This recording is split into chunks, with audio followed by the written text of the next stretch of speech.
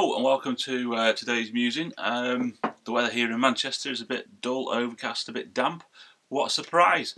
Anyway, right. It's only, well, I think it's about 10 days to Christmas, maybe. So everybody's getting very excited here in Ringo's house. We put our Christmas tree up yesterday, I believe. So it's all looking good. Anyway, just before we move on, before I get started, last Friday, I think you may have seen that me and Nick did a paint a day. Well, obviously I had to finish the miniatures off because I'd only really base coated them stuff. So this is what they look like. So just for completeness, this is what we did in painting on the other day. They're now finished. I've varnished them and stuff and put some basing on. So this is just to show you that how they turned out in the end, because I think on paint a day they were only really base coated. So I think they're alright. They'll fit well with the others that I've done so far for this game. Oops. So there's some more. And another one. So there you go. Songs of Guns and Shakos, you see, doesn't need that many miniatures. So this will be my part of my British contingent. So yeah, they're getting there. You know what I mean? So there you go. I think they're looking pretty good. I've got some more British to do, but like I say, it's for Songs of Guns and Shakos, so it's not a massive game. You only need what, possibly 20 miniatures per nation for that game, so it's pretty cool. It's good. Highly recommend it. Anyway, what I'll do now is I'll go straight onto the questions from the comments, because there's not really a lot happening in my life until after Christmas. So we'll get on with that. So first off then, I'm not going to get through all of them, I don't think, because last week was a bit long-winded, wasn't it? So we'll have a go and see how far we get. Right then, Robert Chisholm, he says, what scale miniatures do you think work best on a 6x4 table for Napoleonic battles? I rarely have access to an 8x6 table for the black powders rules suggest. Will be interesting to hear what you think and open it to the audience. So those of you with more experience of playing black powder at different scales, bang in your comments below. But my view is that I suppose I've got 6mm setting up for 6mm for playing the black powder rules. I also have 10mm as well. I wouldn't have thought 28mm would work particularly well on a 6x4 table for black powder, but I could be wrong. I mean, I don't know what size Pancakes is, and he seems to have a good game. Is he in his shed, in it? So if anyone's got any views, stick them in below and we'll report back next week. Dig H, what happened to my front rank Württembergers? Well, I painted them up and I put them on eBay and I sold them, and I bought some more Württembergers, i.e. the same battalion, and a battalion of Prussians. So there you go. That was for the paint a day.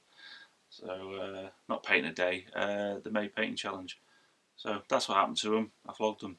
So next up, which 10mm company do you use? And if I use multiple, which do I prefer? And that's a twin BBZ. Twin BBZ? I thought it was bits. I always thought it was bits, twin bits, but there you go. I use Magister.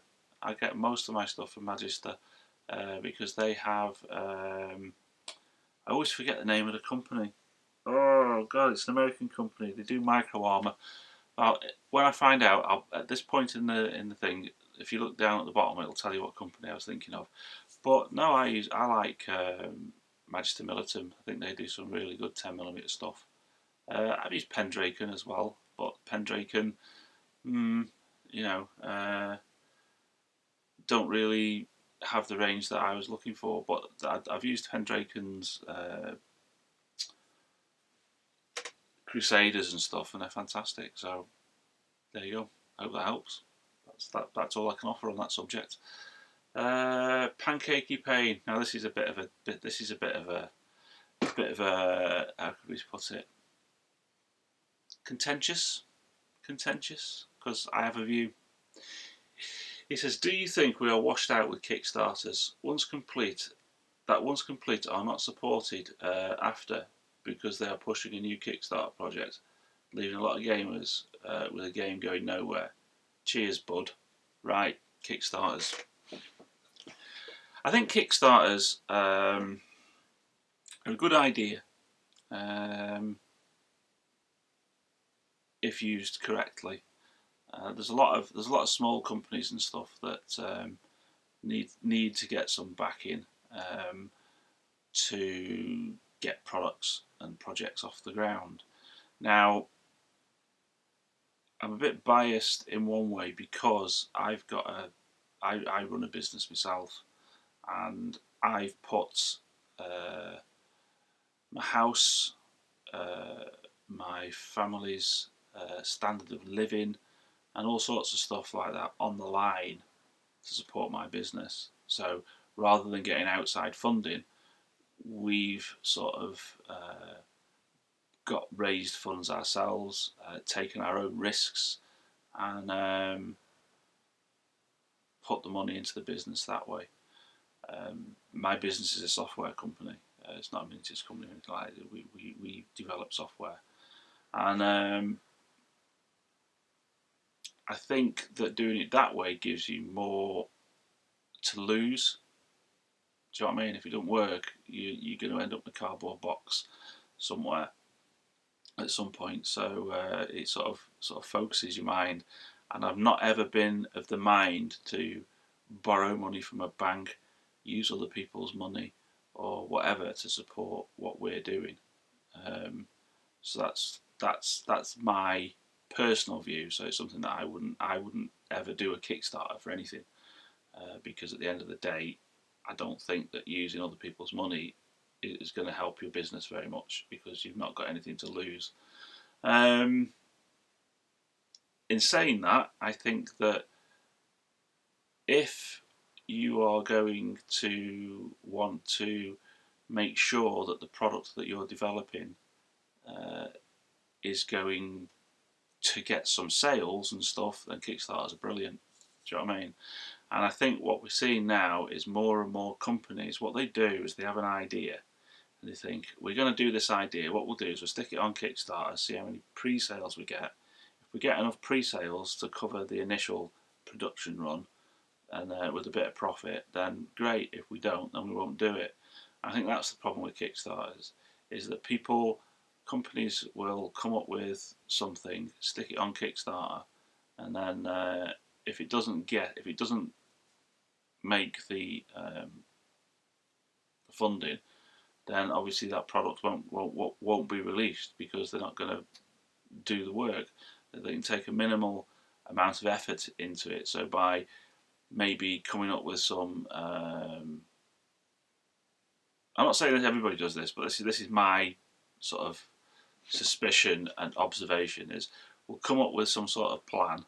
We'll do some sketchy rules, and we'll do a few sketches of miniatures, some design notes and this, that, and the other. And if people like it, they'll back it and it'll fund it, and we can then move on to the next stage. And I think a lot of people, this is what a lot of people suffer from when they back a Kickstarter, is that the product hasn't even been created yet, and they get frustrated with backing some projects maybe 2 or 3 years ago, and they still haven't received the stuff because there was never a product there in the first place. It had not been developed. I know exactly what people are talking about, but I'm not going to name names on that one. But there are a couple of Kickstarters that I know that's gone on with. But if they're used properly, I mean, I remember what's the name? The Gates of Antares Kickstarter from a few years ago. I backed that, and it didn't fund. Yet they've brought it out now without Kickstarter, so it shows you that some companies don't rely on Kickstarters to get their products out. I mean, Warlord. I think Warlord went in and backed the Beyond the Gates of Antares after the Kickstarter. So that's good. That's one way of doing it, I suppose. You know, at least running that Kickstarter for Beyond the Gates of Atari showed that there was a potential market out there, even if it didn't fund. But are we done to death with them? Well, I think what happens is that there's a lot of people will fall out of bed one morning and say, "Oh, I've got an idea," and they start a Kickstarter. We are a bit washed out with those sort of ones, and a lot of people. I think this harks back to the box to game thing, because Pancake did ask this. Not was it last week, the week before? I didn't have time to answer it last week. But a lot of that we were talking about the other week about self-contained games that don't really need to go anywhere because they're not supposed to go anywhere. They're just a self-contained game. You know what I mean? It's like there's not Monopoly expansions, but some games are like that. It's just a case of this is the game, this is the world. These are the bits that you got. These are the rules for that. We don't intend to do another one. It's a 90-minute playtime, and it's self-contained in that way. So that's one ilk of game. But I understand what he means about companies putting stuff out there. They get, say, 10,000 pre-sales. They sell the 10,000 pre-sales and production run, make a profit, move on to the next one. Basically, pop-up games, I think, and we've had a few of them, I think. British Legion knows all about pop-up games because he seems to back a lot of them, and they go nowhere. But he's all over them for a month or two of the new shiny bits, and then on to the next thing. So yeah, I don't know. It's a tough one. If Kickstarters are used right, then they're fantastic, and a lot of things that wouldn't be in the market are here because of Kickstarter, and that's good. But there's a hell of a lot of pithel that people try to get backed, and it'll always be the case. If people think, "Oh, free money," they're going to try their best to get free money, and I think that if you're not prepared to take a risk, then you've got no what's the word?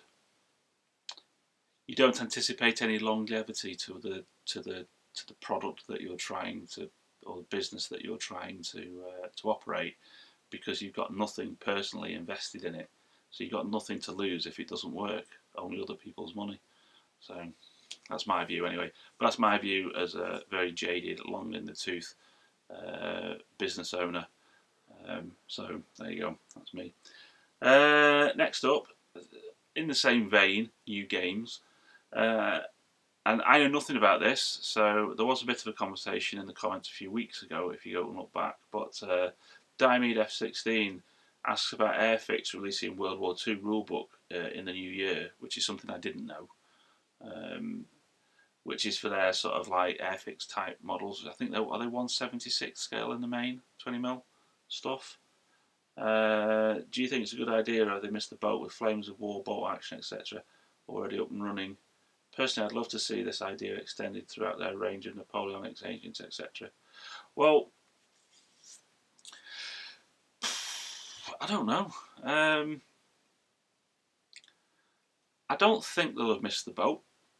It depends how they package it. I mean, if they package it once again in a self-contained box, you see the thing about Airfix, and this is something that I put a little note in: access to wargaming and modelling and stuff.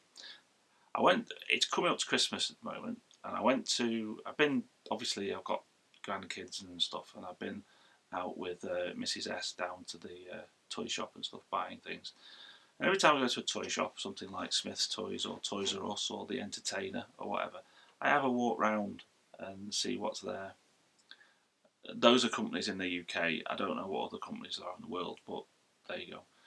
And I have a wander around and I have a look to see if they've got any even model kits. Do you know what I mean? Even scale model kits or whatever.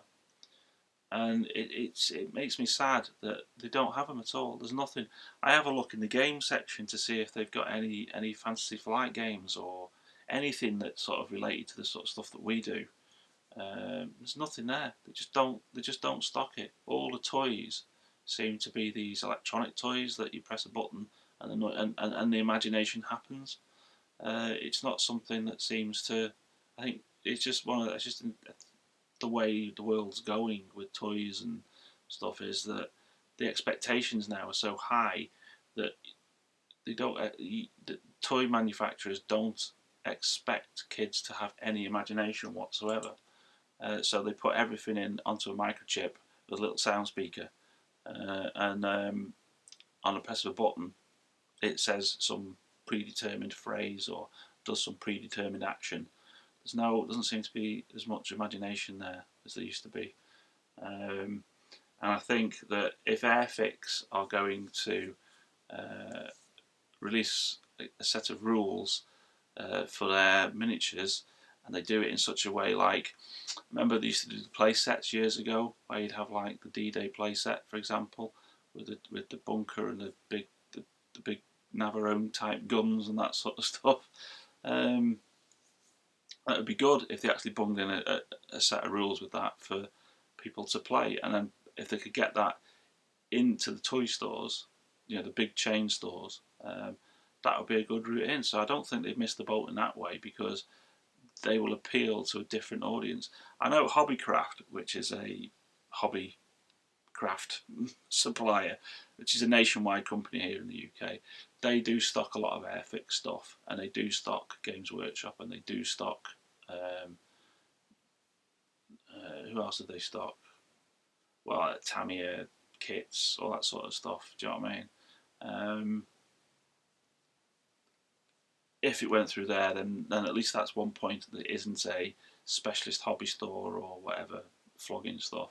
And if they could get it into other toy stores like Toys R Us and what have you, it could only be a good thing. And whether or not bolt action exists doesn't really make any difference, because if it's kids that are going into the shops and buying the nice big box because it looks fantastic of Airfix stuff, and Airfix is a quite a well-known brand.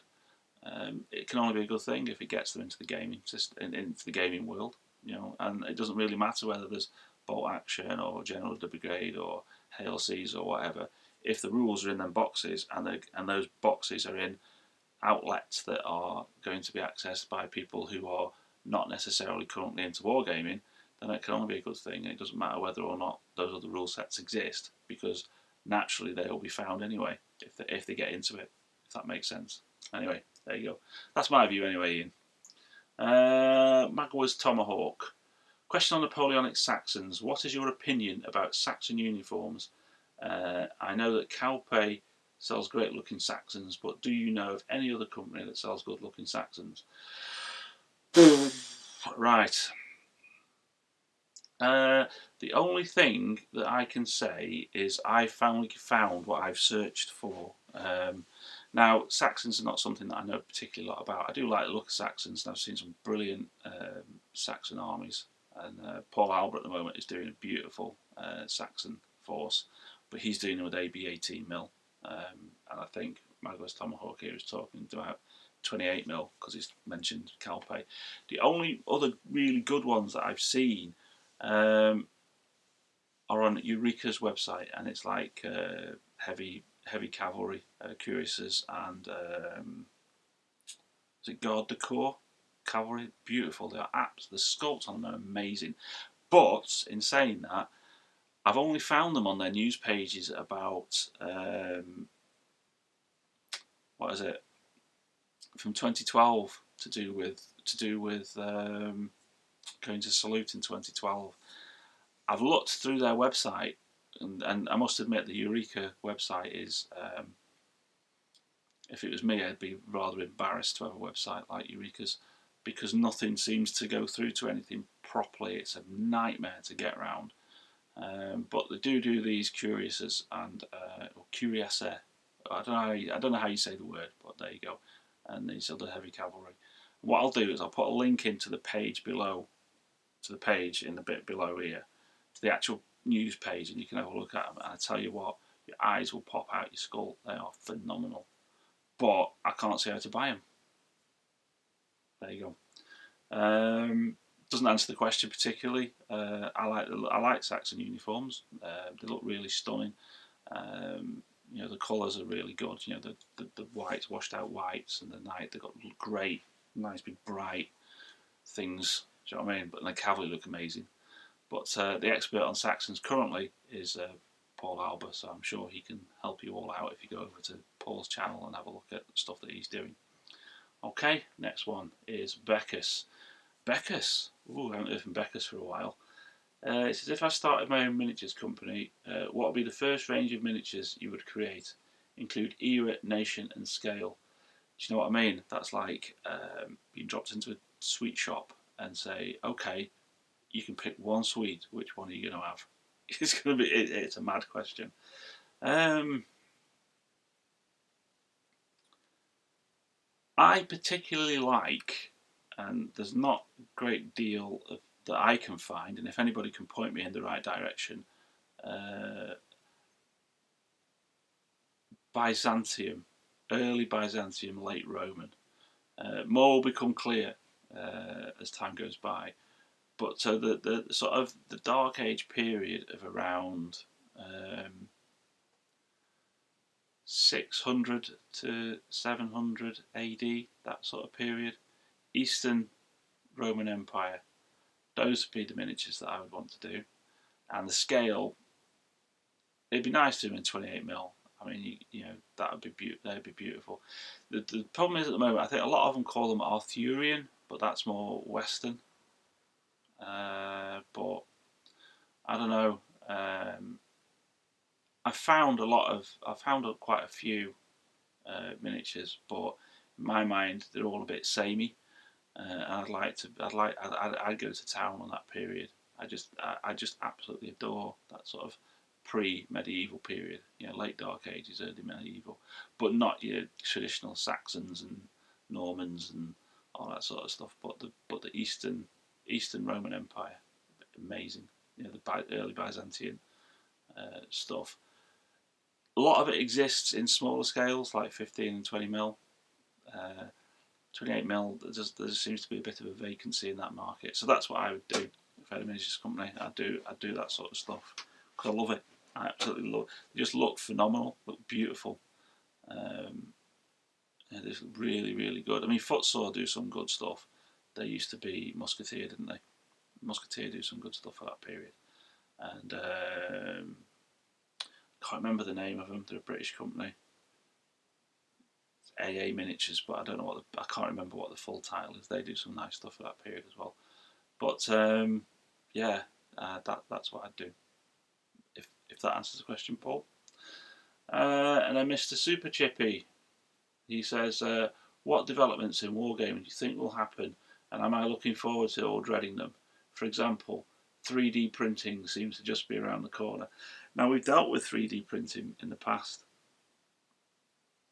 and it seemed to cause quite a kerfuffle because 3D printing is one of these panaceas, I think, that everybody that's a cheapskate is looking forward to, because it means that they don't have to buy miniatures anymore. Well, sorry boys to disappoint you, but I'm afraid it ain't going to happen. The problem with that mentality is the fact that if you buy a printer, you need to buy. I know it's not ink, but you have to buy ink for it. So in other words, you have to buy the polymer that you're going to print with. Okay, now it's all well and good having a printer and the polymer to print with, but if you've got nothing to print, then you're a bit knackered, really, aren't you? So how are you going to do that? You're either going to have to get good with 3D software and create your own, or, as I think most people seem to think they'll be able to do, is to be able to get a GW Mini, chuck it at the printer and it'll print. But that's not going to happen either. It's a case of we're going to need a 3D scanner. Now, unfortunately, 3D scanners are a bit pricey. So once you bought your 3D scanner and your 3D printer, and you've scanned your miniature and you get it ready for print, you've got to think about the resolution that you're going to use, because obviously, as we know with scanners and even with 2D scanners and 2D printers, you can scan on a cheap scanner, but the resolution isn't going to be particularly brilliant. Do you know what I mean? You might get 6,000-7,000 DPI, And it's going to be the same with 3D scanners. The more you pay, the better the scan. And then with printers, you've got so many different qualities of ink, different types of printers, different resolutions of printers. So in order to recreate a GW Mini, you're going to have a very, very good 3D scanner and an absolutely superb 3D printer using extremely fine and expensive polymer. So I don't think it's going to work out as cheap as everybody thinks it's going to work out. Having a printer is not necessarily going to give you lots and lots of miniatures. However, what I do think is good about the 3D printing, and I do think is how it's going to be used, and I think it is being used like this, is that 3D artists, I'm not talking about draftsmen, I'm talking about artists that work in 3D, and sculptors and stuff that work in 3D will be able to produce really, really exquisite looking miniatures. Now obviously, the more detail you put on a miniature, the bigger it's going to get, because this is the problem that we're finding with GW and the like at the moment, is they've created a new scale called heroic scale over the years because they want to put more detail in, so the miniature is getting bigger. We say the 28mm, but they're not necessarily 28mm, they're 32, in some cases 35mm, but it's still classed as 28 because it's a heroic scale, and that's because the more detail of it's being put on them. Now, what I think and what I hope will happen is that these, because they can work with such precise detail now, and they can make amazing representations digitally of things, and there's a whole host of stuff that you could do. Hang on. Oh, just let me get rid of this. It's just a chain call. The level of detail and the amazingness of poses and all sorts of stuff that they'll be able to create digitally can then be transcribed into a print. In other words, they'll be able to print it out as a green in absolutely exquisite detail, and then that can be cast. And I don't think there's much room for actually printing every single miniature, because I think that would be far too expensive. But creating sculpts, and beautiful sculpts at that, with no flaws, would be brilliant. But a caveat to that is, I think, like with Perry, for example, the Perry brothers, their miniatures are full of character, and I think you can only get that through your fingers. So if you can get the sculpting humanity into the digital picture and print that out, that'd be beautiful. So no, I'm not frightened of it at all. I think it's an amazing thing, and I think that more, if this technology is used for the right purposes, then brilliant, love it. It's going to be fantastic. I don't think it's going to make anything any cheaper. I don't think everybody's going to be able to be printing their own miniatures. Maybe one day, like I said in the last time we discussed it, maybe what you'll do is you'll buy a 10, rather than buying a box of figures, you buy a file with 10 print cycles on it that you can take to a centralised printing utility somewhere, or go down to the GW store and punch in your numbers and your miniatures are printed before you. But until the speed increases and consumer products are of the same ilk as the professional products, then I think that, or the hobby products are the same standard as the high-end industrial products, then I think that we'll be buying miniatures in blister packs for a lot longer. So that's my view anyway. Could be wrong, because like I said, everything in my muse is my own views. I'm not an expert, it's just what goes on in my little mind when I look at the world and I think, this is the way I think it should be, or this is the way I perceive it to be. So don't take anything to heart. If you disagree with me, that's fine, disagree with me, but let us know in the comments, because discussion is basically the way in which we gain knowledge. So that's it for this week. Thanks very much for watching. I hope you painted a few miniatures, and I'll see you next week. Bye.